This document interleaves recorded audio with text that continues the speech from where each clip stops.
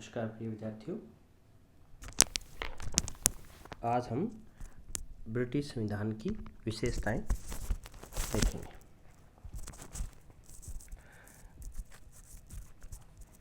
British संविधान, जैसा कि हमें पता है, यह एक विकसित संविधान है, इवोल्व्ड कॉन्स्टिट्यूशन है। विकसित संविधान है, इसका तात्पर्य है कि यह किसी एक दिन विशेष में किसी संविधान सभा के द्वारा लिखा नहीं गया, बल्कि समय के साथ इवोल्व हुआ है। लगभग 1300 वर्ष के ब्रिटेन के राजनीतिक विकास के इतिहास में संविधान का विकास हुआ।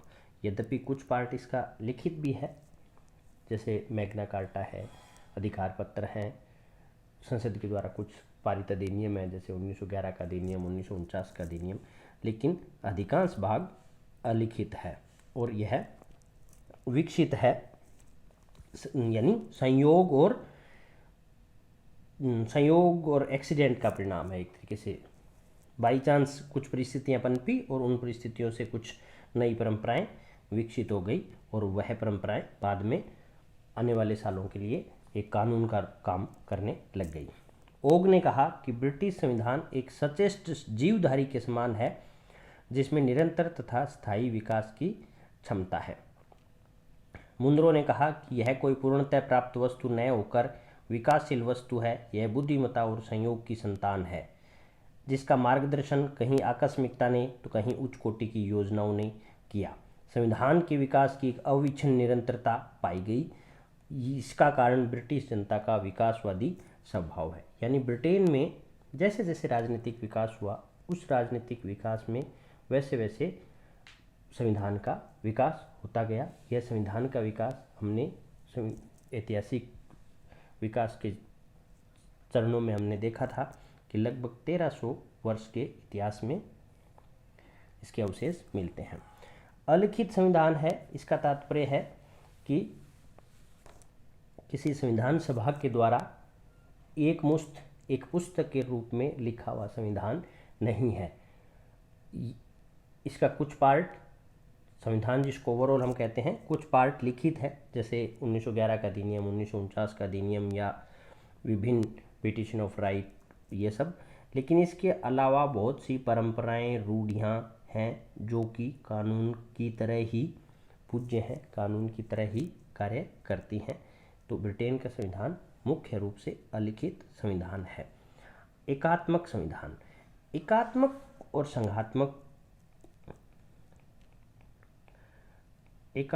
और संघात्मक शासन प्रणाली हमने देखी थी। क्या होता है कि एकात्मक शासन में एक ही सरकार होती है, राष्ट्रीय सरकार। वहीं संघात्मक शासन प्रणाली में संघ के लेवल पर अलग सरकार होती है और इकाइयों के लेवल पर अन्य सरकार होती है, और इन सरकारों के मध्य कार्य का विभाजन होता है, शक्तियों का विभाजन होता है। वहीं एकात्मक शासन प्रणाली में सारी शक्तियां केंद्र की सरकार के पास, यानी राष्ट्रीय सरकार के पास ही होती हैं।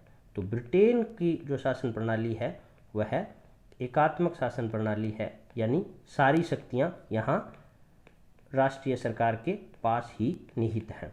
यद्यपि राष्ट्रीय सरकार ने अच्छी खासी शक्तियां स्थानीय संस्थाओं को दे दिया है, डिसेंट्रलाइज कर दिया है, लेकिन वह संविधान की बजाय उसकी इच्छा पर निर्भर है।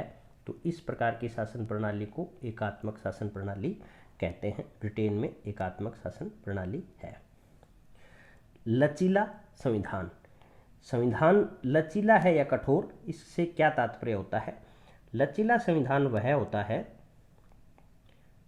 जिसमें संशोधन के लिए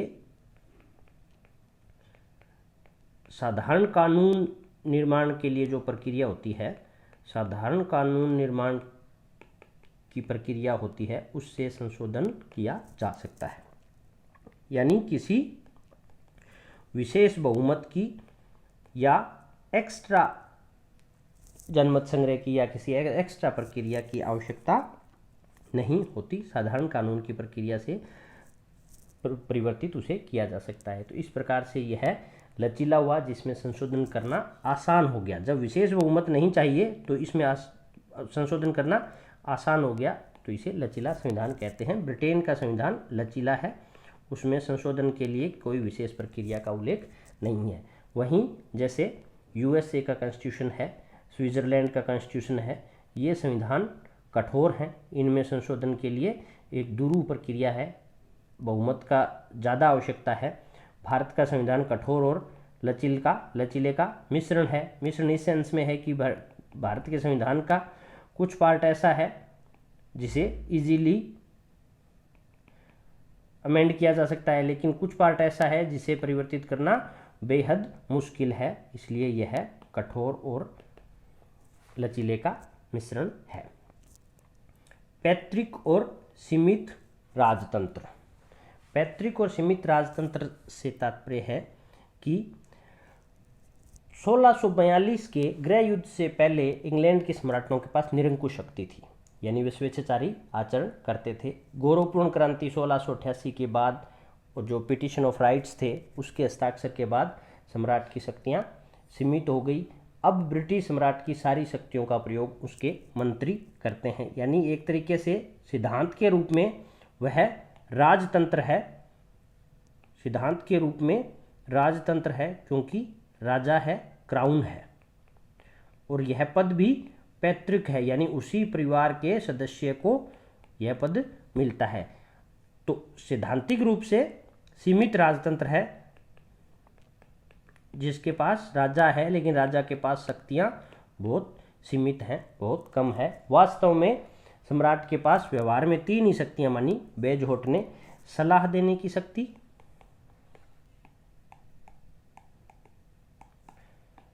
चेतावनी देने का अधिकार और प्रोत्साहित करने की। चेतावनी और प्रोत्साहन की शक्तियां, यानी व्यवहार में राजा के पास बहुत कम शक्तियां हैं, लेकिन सैद्धांतिक रूप से यह अभी भी राजतंत्र है। धर्मनिरपेक्ष संविधान नहीं है।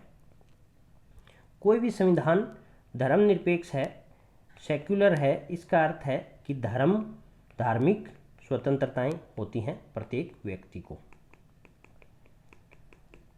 धर्म के आधार पर कोई भी भेदभाव नहीं किया जाता। यहाँ ब्रिटेन के संविधान के संदर्भ में क्या है, ब्रिटेन में सभी व्यक्तियों को धार्मिक स्वतंत्रताएं हासिल हैं, भले ही वो कोई से ही धर्म से संबंध रखती हो। लेकिन जहाँ तक धर्म के आधार पर भेदभाव की बात है, राजनीतिक जीवन में, सार्वजनिक जीवन में कहीं भी भेदभाव नहीं है। कोई भी व्यक्ति पीएम बन सकता है, भले ही वे कोई से धर्म से हो। लेकिन क्राउन के मामले में राजा केवल वही व्यक्ति बन सकता है जो प्रोटेस्टेंट क्रिश्चियन हो, यानी जो प्रोटेस्टेंट ईसाई हो। राजा अथवा रानी वही व्यक्ति बनेगा जो प्रोटेस्टेंट ईसाई हो। ये जो प्रावधान है, यह प्रावधान ब्रिटेन के संविधान को नॉन सेक्युलर बनाता है, यानी ब्रिटेन का संविधान सेक्युलर नहीं है। संसदीय शासन प्रणाली, पार्लियामेंट्री सिस्टम, जैसा हमने पिछले लेक्चर्स में देखा था, ब्रिटेन पार्लियामेंट्री सिस्टम का एक तरीके से जननी है। पार्लियामेंट्री सिस्टम और इसका जो दूसरा सिस्टम होता है वह होता है प्रेसिडेंशियल सिस्टम, जो अमेरिका में है। पार्लियामेंट्री सिस्टम में देखा था कि सरकार के जो 3 अंग होते हैं, लेजिस्लेचर और एग्जीक्यूटिव, इसमें ये जो एग्जीक्यूटिव है ये लेजिस्लेचर से ही आती है, यानी जो मंत्री होता है उसका एमएलए होना या एमपी होना जरूरी है, और यह एग्जीक्यूटिव लेजिस्लेचर के प्रति अकाउंटेबल होती है। मंत्रिमंडल का सामूहिक उत्तरदायित्व होता है, मंत्रिमंडल गोपनीयता से काम करता है। मंत्रिमंडल का अगर एक मंत्री के विरुद्ध अविश्वास प्रस्ताव पारित हो जाता है तो सबको रिजाइन करना पड़ता है। ये पार्लियामेंट्री शासन की विशेषताएं होती है, और ब्रिटेन में पार्लियामेंट्री व्यवस्था है, और ब्रिटेन इस व्यवस्था का एक तरीके से जननी है। ब्रिटेन से ही यह व्यवस्था आरंभ हुई थी। भारत में भी संस्थात्मक व्यवस्था है। संसद की सर्वोच्चता। संसद की सर्वोच्चता से तात्पर्य है कि इंग्लैंड में चूंकि कॉन्स्टिट्यूशन रिटन नहीं है और न्यायपालिका को यह अधिकार नहीं है कि वे संसद के द्वारा बनाए गए कानून को किसी भी आधार पर अवैध घोषित कर सके। तो जो संसद ने बना दिया वह फाइनल है, यानी संसद हर मामले में सर्वोच्च है। तो इवन ये कहा जाता है, जैसे यूग ने कहा कि संसद जो चाहे कर सकती है और मनुष्यकृत कानून द्वारा जो परिणाम प्राप्य है उन्हें प्राप्त कर सकती है। डाइसी ने कहा, कानूनी दृष्टि से हमारी राजनीतिक संस्थाओं की प्रमुख विशेषता संसद की सर्वोच्चता है।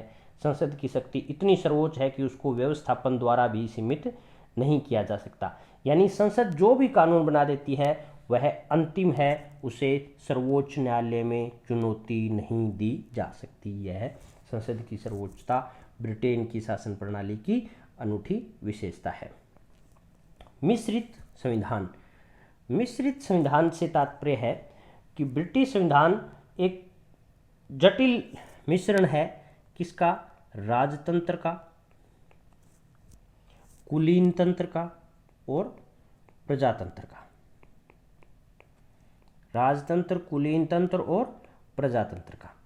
राजतंत्र का कैसे? कि राजतंत्र वह होता है जहां राजा होता है, ब्रिटेन में भी राजा है, और यह राजा होता है वह वंशानुगत होता है, ब्रिटेन में भी राजा है वह वंशानुगत है। तो यह एक तरीके से राजतंत्र है। कुलीन तंत्र से तात्पर्य होता है कि वहाँ जो कुलीन लोग होते हैं उनके शासन में लार्जर से होता है, उनका शासन में हिस्सा ज़्यादा होता है। ब्रिटेन में जो लॉर्ड सभा है, लॉर्ड सभा एक कुलीन संगठन है। यह सिर्फ और सिर्फ इलीट लोगों के लिए एक तरीके से जो कुलीन लोग हैं उन्हीं से मिलकर बना होता है, और वह भी वंशानुगत आधार पर उन लोगों को सदस्य बनाया जाता है। तो लॉर्ड सभा इस बात की प्रमाण है कि ब्रिटेन के शासन में कुलीनता है, कुलीन तंत्र है। लेकिन व्यवहार में हम क्या देखते हैं कि यद्यपि राजा है लेकिन उसके पास शक्तियां नहीं है। यद्यपि लॉर्ड सभा है जो कॉन्फ़िगरेशन वाइज, स्ट्रक्चर वाइज कुलीन है, लेकिन उसके पास भी शक्तियां बहुत कम हैं। वास्तव में ब्रिटेन की जो शासन प्रणाली है वह प्रजातंत्र है, यानी जनता के द्वारा चुने हुए प्रतिनिधि जो हाउस ऑफ कॉमन्स में के सदस्य होते हैं, और यही सबसे शक्तिशाली सदन है। यही शासन की दूरी है, हाउस ऑफ कॉमन, और इसी से बना मंत्रिमंडल। तो वास्तव में ब्रिटेन की जो व्यवस्था है वह डेमोक्रेसी है, डेमोक्रेटिक है, लेकिन सैद्धांतिक रूप से इसमें तीनों के तत्व मिलते हैं। ओग ने कहा कि ब्रिटेन में राज्य व्यवस्था शुद्ध सैद्धांतिक रूप से निरंकुश राजतंत्र है, बाह्य रूप से सीमाबद्ध वैधानिक राजतंत्र है, और वास्तविक रूप से प्रजातांत्रिक गणराज्य है। अगला है मिश्रित संविधान। मिश्रित संविधान हमने देख लिया। नेक्स्ट है विधि का शासन। विधि का शासन हमने लेक्चर्स में देखा था कि रूल ऑफ लॉ, जिस पर हर ब्रिटेन वासी गर्व करता है। रूल ऑफ लॉ वह संकल्पना है जो एक तरीके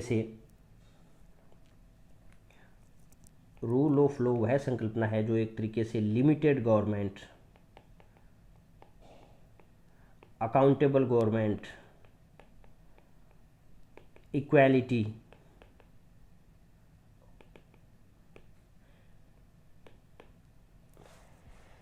इन विशेषताओं का वो सार है, सत्य है, और यही मॉडर्निटी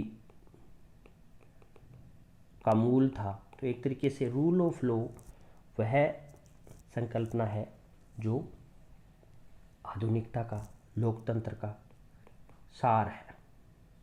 और ब्रिटेन में कानून का शासन है, किसी व्यक्ति की सनक या उसकी मनमर्जी का शासन नहीं है। और कानून भी सिर्फ कानून होना ही कानून का शासन नहीं है, यह लॉ है, यह जस्ट भी होना चाहिए, इसे कानून का शासन कहते हैं। यानी एक तरीके से सिंपल शब्दों में कहें, अच्छे कानून के द्वारा शासन ही कानून का शासन है, जो कि लिमिटेड गवर्नमेंट यानी सीमित शासन के रूप में परिलक्षित होता है। ब्रिटेन का व्यवस्था कानून के शासन है।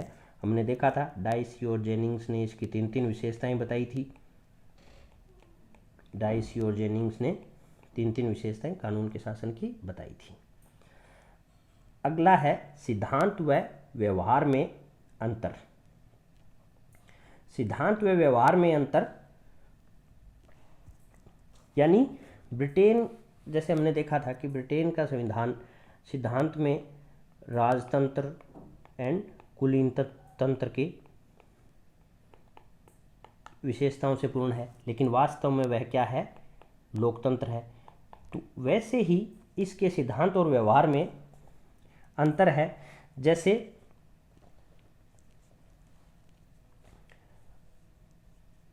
डीलोम ने कहा कि ब्रिटिश संसद पुरुष को स्त्री और स्त्री को पुरुष बनाने के अतिरिक्त कुछ भी कर सकती है, परंतु व्यवहार में कॉमन सभा तो केवल आलोचना का मंच है। मंत्रिमंडल ही संसद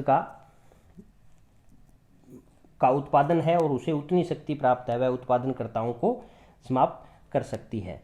कि सिद्धांत में ऐसा प्रतीत होता है कि लोकतंत्र का जो सार है वो हाउस ऑफ कॉमन्स है, लेकिन वास्तव में शक्ति किसके पास है, कैबिनेट के पास है। ऐसी ही और अंतर हैं। जैसे सैद्धांतिक रूप से इंग्लैंड का जो शासन है वह एकात्मक है, क्योंकि वहाँ एक राष्ट्रीय सरकार है, राज्यों या इकाइयों के लेवल पर सरकार नहीं है और संविधान में शक्तियों का बंटवारा नहीं है। लेकिन व्यवहार में इस राष्ट्रीय सरकार ने बहुत सारी शक्तियाँ स्थानीय सरकारों को दे रखी है, यानी डिसेंट्रलाइजेशन, विकेंद्रीकरण कर रखा है। वैसे ही इंग्लैंड में राजतंत्र है, लेकिन वह वास्तव में राजतंत्र नहीं है। ऊपर से देखने में ऐसा सिद्धांत में ऐसा प्रतीत होता है कि सेपरेशन ऑफ पावर है। जैसे ब्रिटेन संसद का काम कानून बनाना है, कार्यकारी शक्तियां मंत्रिमंडल में है, न्यायिक शक्तियां न्यायपालिका में निहित है, लेकिन वास्तव में ऐसा नहीं है, क्योंकि व्यवहार में शासन की शक्ति पूर्णतः केंद्रीभूत है। रैमजे मोर ने कहा कि वहाँ व्यवस्थापन व कार्यपालक शक्तियों का मिश्रण है। एवर्ट ने कहा व्यवस्थापन विस्तार के कारण न्यायपालिका शक्ति भी मंत्रिमंडल में केंद्रित होती जा रही है। तो ये हमने ब्रिटिश संविधान की विशेषताएं देखी। ब्रिटिश संविधान के बारे में सबसे महत्वपूर्ण कथन है, the British constitution is the child of wisdom and chance. Stretchy का कथन है कि ब्रिटिश संविधान विवेक और संयोग की संतान है। एक्सप्लेन कीजिए। इसका अर्थ यह है कि चाइल्ड ऑफ विजडम यानी मानव के प्रयास से इसे बनाया गया, यानी बुद्धि का कार्य है, मनुष्य की इच्छा का परिणाम है। एंड चांस संयोग की संतान है, अर्थात ऐसी परिस्थितियां पनपी कि उन परिस्थितियों से स्वतः ही यह ऐसा निर्माण हो गया। किसी विवेक का या मानव की इच्छा का महत्वपूर्ण योगदान नहीं है। तो एक्चुअली ब्रिटेन के संविधान में ये दोनों प्रकार के तत्व ही पाए जाते हैं। ऐसा नहीं है कि वह पूर्णतया संयोगों से विकसित हुआ, और ऐसा भी नहीं है कि किसी व्यक्ति या व्यक्तियों से बनी संस्था के द्वारा उसे लिखा गया, उसे आकार दिया गया। तो जो संयोग के तत्व हैं वो हमने ब्रिटेन के संविधान के ऐतिहासिक विकास में समझे थे, उनमें महत्वपूर्ण है। जैसे द्विसदनात्मक व्यवस्था 1295 में जो एडवर्ड फर्स्ट ने मॉडल पार्लियामेंट बुलाई थी, उसमें वर्गों के हिसाब से 3 सदन बनने थे, लेकिन संयोग ऐसा हुआ कि उन 2 के हित एक जैसे थे तो 2 सदन बने। मंत्रिमंडल पद्धति का विकास, हैनोवर वंश के जो जॉर्ज फर्स्ट और सेकंड थे उनको इंग्लिश नहीं आती थी, इसलिए रॉबर्ट वॉलपोल को मंत्रिमंडल की अध्यक्षता के लिए बुलाया और वह पद भविष्य में प्रधानमंत्री का पद बन गया और वह मंत्रिमंडल प्रणाली विकसित हो गई। लेकिन इसके अलावा ब्रिटेन के संविधान का बहुत बड़ा पार्ट विवेक से पनपा है, यानी मानवीय विवेक और मानवीय इच्छा की अभिव्यक्ति है। जैसे बहुत सारे कानून हैं जो 1949 जो भी कानून हैं जो लॉर्ड सभा को कमज़ोर करते हैं, लोकसभा की शक्तियों को कम करते हैं और हाउस ऑफ कॉमन्स की शक्तियों को बढ़ाते हैं। इसके अलावा जितने भी सुधार अधिनियम हैं जो मताधिकार को बढ़ाते हैं, ये सारे विवेक का परिणाम हैं। Thank you.